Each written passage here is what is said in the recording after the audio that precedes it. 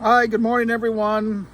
Good morning if it's morning for you. This is Kenneth Price, and I'm going to entitle this video A Miracle Story.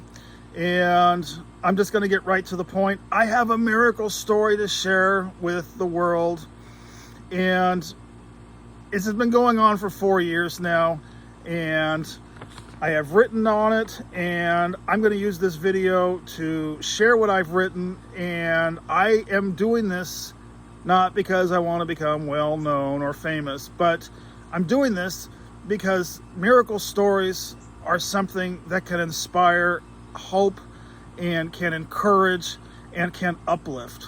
And this is July of 2023, and no one would disagree that the world needs to be encouraged, uplifted, and supported right now. So I'm just going to get right to the point, put on my glasses, and I'm going to share with you all something that I really truly believe can provide some optimism in a world that very much needs optimism right now. Okay, so here we go. This is entitled A Miracle Story by Kenneth Price. The world right now is in a very compromised place. I don't think anyone would disagree with that. People everywhere are losing ground very fast on many fronts, and this can be very frightening. Frightening if we have invested in something called worldly security, probably money. I was one of those people who had invested in worldly security. And by that, I mean from my culture and my religion, I was handed a belief system by people who were handed a belief system that had a foundation of fear, scarcity, and lack, and it failed me. But what I'm about to share with you is more important than that story. Much, much more important. And in fact, it is because of that story that I am now able to share with you a completely new story, a story of inspiration and hope, a miracle story.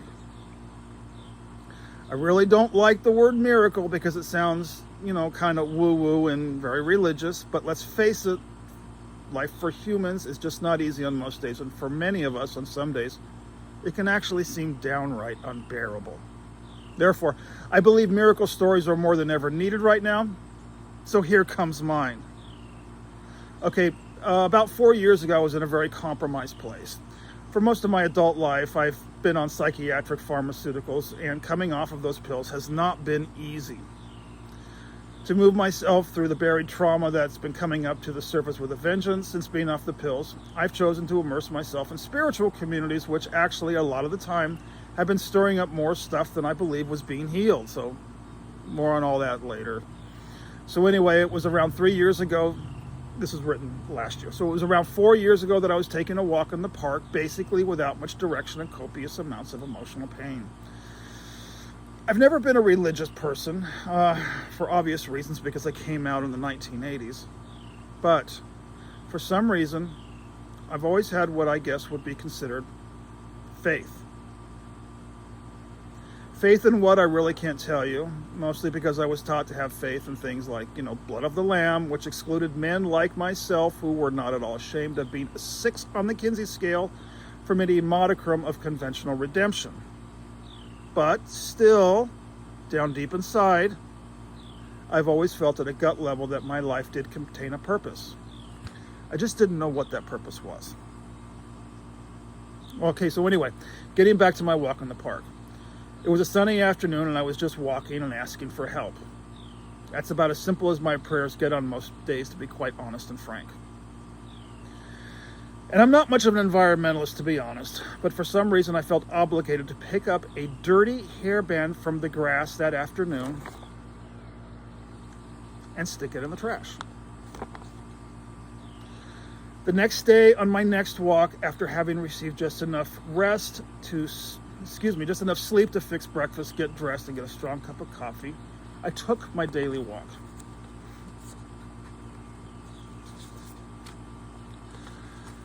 I've been involved in 12-step programs for most of my life, and then in that program, when we reach out and call others when we feel like we need help. But on this morning, nobody was returning any of my calls.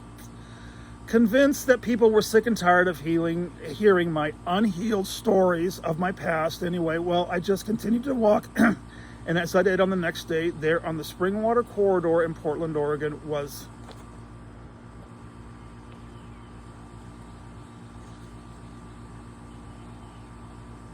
another hairband. I can't tell you what prompted me to pick this one up like I had done the day before, but again, I reached down, picked it up, and carried it to the trash like I had done the previous day on my previous walk. I think you can guess where I'm going with my story by now. Enter day number 3, enter walk number 3, and enter hairband number 3. The only difference between day 3 and day 1 was my attention. Immediately, I forgot about my own pain and picked up not just a piece of trash this time, but instead picked up what I consider to be more than dirty refuse. Was this a sign? Now, I know you know where I'm going with this, so let's leave out the details of the next 3 years of my life and just draw on what is pertinent to the story for my readers who would like a miracle story. Hairband on the sidewalk in front of the Muddy Rudder in Selwood, Oregon. Hairband in my friend's barn in McMinnville, Oregon. Hairband on the Carretera in Ahihigo, Oregon. Hairbands in the high desert of Duchesne, Utah. Hairbands on the pier in Oceanside, California. Hairbands in parking lots, supermarket parking lots, gas stations, freeway, rest stops, and on and on and on. I don't know about all of you, but is this sort of a coincidence? Is it raising hairbands from the sky? Are you finding them all over the place like I am? Okay. The reason I ask this question is I have on my altar a collection of hundreds of them. I find them everywhere. It goes on and on, folks. This is only a part of the collection. There are hundreds and hundreds of them. Now, this story is important because, like I mentioned to you earlier, I live with a great deal of pain in my story. And although I do not want you to think I'm some sort of a Debbie Downer, I have to transparently confide with my reader that emotional pain has become a familiar companion, especially since I chose to drop all mind-altering substances, get sober, and face what arises every single day head on. But remember that prayer I was saying in the beginning of my story about how I was taking a walk and asking. I was asking for help. Help to find the strength and courage to move through what can on some days seem downright unbearable. Okay, I'm going to let my reader fill in the rest. The story is not over, folks, but let me share with you what I have gathered thus far and how I have chosen to use specially designed synchronicity to harness the courage and strength to continue to do this hard and difficult emotional healing work. Okay, first off, here's what I know to be true. I don't know where these hairbands are coming from. I have absolutely no idea. Yet, still, they keep showing up. Over and over and over, everywhere I go, there's another one. But probably what matters more is how they make me feel inside, and the vision in my head which accompanies every new find. Okay, folks, are we living in a random universe that operates according to the laws of chaos, where we are all responsible for creating our own destiny, where the evolution and survival of the fittest dictates who and will not succeed and heal, and who will lose and who will falter and die? Or are we living instead in a hybrid variety matrix where pre-planning is actually taking place and our movements and actions are being orchestrated by a benevolent, invisible force that is everything pre-planned for our own highest good? Because if we answer yes to the first, we're all pretty much fucked, and I might as well go shoot myself in the head with a revolver or jump off a bridge or throw myself off a freeway overpass right now, because I simply do not want to live in a world ruled by such laws. That would be hopeless.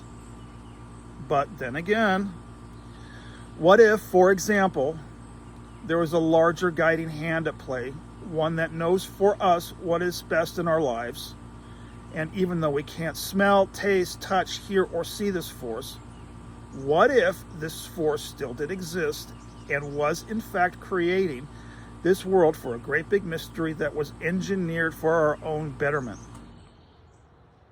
And what if copious amounts of emotional pain and prayer did penetrate the veil so that signs would drop from the sky, such as hairbands?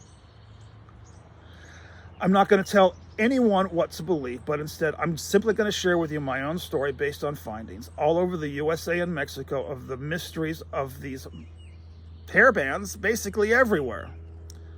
Okay, A good author or a teacher will not tell you what to believe or think or conclude, but instead just present to you the facts and the evidence and let you come to your own conclusions. If you would still prefer to remain cynical, that's fine, because trash is trash, and I will admit that used hairbands are actually quite disgusting, and women or men with long hair should be more conscientious and stop throwing their gross refuse all over the place. But then again, what if they were being prompted to drop these items in specific locations prior to my arrival, and this was all pre-planned to make it possible for this one man to continue to harness more faith and continue to face these very painful emotional demons that must be processed and alchemized for the sake of simply opening his own heart? Do we have a cheering team? Are we being guided? Are these worthless fabric rubber bands more than just trash? Could this even be some sort of a trail of breadcrumbs, in fact, to make it possible to believe in something greater than ourselves and stop trying to resolve the stories of our past, which will never have any answers? That's it, folks. I'm a pretty bright guy. I'm well educated and I'm very well read. And for all of my intelligence, let me tell you one thing. For most of my life, I've actually been quite stupid. Thinking and believing that I know anything has simply not turned out to be true. I know nothing. Sensing what I feel is much wiser than knowing anything anyway. And today, I'm beginning to sense conviction, faith, and gratitude. Every time I find another hairband, I feel gratitude that I am not alone on this journey, that there may be a larger purpose to my unresolved mystery, and just basically overall, I'm becoming happy. I don't know where these hairbands are coming from, but every time I find another one, let me tell you how I feel. Encouraged, hopeful, resolved with the unexplained, and just basically loved. Loved by what or whom? Well, perhaps that doesn't matter anymore. I simply feel loved. And isn't that the point of our lives on earth here anyway? Because if it is, folks, that's all right with me. Love is not a feeling that could ever possibly be hoarded. No, it's just the opposite. Love has got to be shared. And sharing is purpose. And could purpose be the answer to that prayer I was making 4 years ago when I took that walk in the park? Folks, I thought I was praying for healing, and yet instead, I've discovered purpose. Or is purpose healing? All right, that's the end of my story. Maybe you can figure out how it's all going to end, because to be honest with you, I have no idea. I still don't know, and actually, I don't really care anymore. What I do know is that I've got to keep going. I got to keep spreading more loves. I got to keep spreading more love, and probably find more hairbands. How does that sound for a miracle story, folks? Not a spiritual author. I'm not a spiritual teacher. I don't have any spiritual credentials. I am simply a carpenter and a ne'er-do-well, traveling designer. But in my story, folks, things got really tough, and I dropped all of my unbelief and got on my knees and prayed real hard, and things are starting to fall into place synchronistically, and I got to share it with the world. So that's my story, and I'm sticking to it. All right. If you're watching this on YouTube, leave your comments below and do reach out, because like I said, love has got to be shared. I want to hear from you. I'm not doing this to make myself some sort of a spiritual celebrity. As a matter of fact, by doing this, I've just gone public with all my own dirty laundry and completely, eradicated all of my potential of ever being, some sort of a person with a sterling reputation. I don't think God wants us to have a sterling reputation. I think God wants us to have an open heart. So 15 minutes from Kenneth Price to whoever this video reaches on a beautiful Saturday morning in Pittsburgh, Pennsylvania. God bless, folks. I want to hear from you, and I love you all. Okay. May the force be with you. Bye.